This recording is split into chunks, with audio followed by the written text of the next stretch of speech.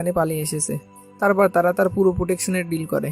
অন্যদিকে আমাদের সেরিকে দেখানো হয় সে গোসল করে ঘরে আসে, তখনই বিদ্যুৎ চলে যায়, যে কারণে সে ভয় পায় আর ক্যাপ্টেন ডিকে কল করে, কিন্তু ক্যাপ্টেন ডি কল রিসিভ করে না।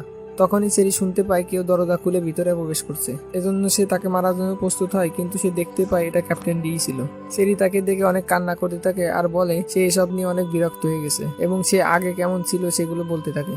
তখন ক্যাপ্টেন ডি সান্ত্বনা দেয় আর বলে আমি পিয়ংইয়ং যাচ্ছি, হয়তো আমাদের আর কখনো দেখা হবে না, আর আমার সাথীরা তোমাকে ফিরে যেতে সাহায্য করবে।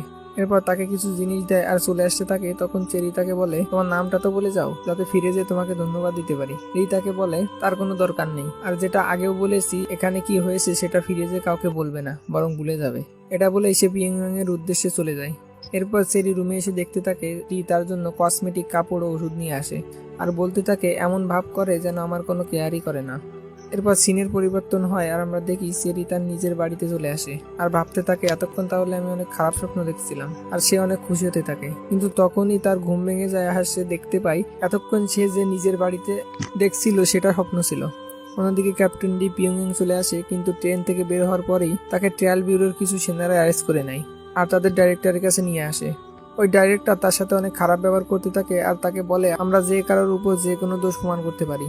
ওই ডাইরেক্টর তাকে বলে ওই তিনজনকে ধরা হয়েছিল আর তাদের বিষয়ে যদি জোচুল গ্যাং তদন্ত করতো তাহলে আমরা যে কোনো তথ্য জানতে পারতাম, কিন্তু তুমি তাদের পিয়ংইয়ং পাঠাতে বলেছো আর রাস্তায় তাদের অ্যাক্সিডেন্ট হয়ে তারা মারা গেছে, সো আমরা তোমাকে সন্দেহ করতেই পারি। আর আমরা জানতে পারি এই ডাইরেক্টর জোচুল গ্যাং এর কথাই এই কাজগুলো করছে। তখনই সেখানে ট্রায়াল ব্যুরোর কর্নেল চলে আসে আর সে দেখতে পায় তারা ক্যাপ্টেন ডি কে আটকে রেখেছে। ক্যাপ্টেন ডি কে দেখে সে অনেক ভয় পেয়ে যায় এবং ওই রুমে যে ওই ডিরেক্টরকে মেরে ক্যাপ্টেন ডি কে সেখান থেকে নিয়ে তার অফিসে যেতে বলে। তখন ওই ডিরেক্টর কর্নেলকে জিজ্ঞেস করে উনি কে। কর্নেল তাকে বলে উনি জেনারেল পলিটিক্যাল ব্যুরোর ডিরেক্টরের ছেলে।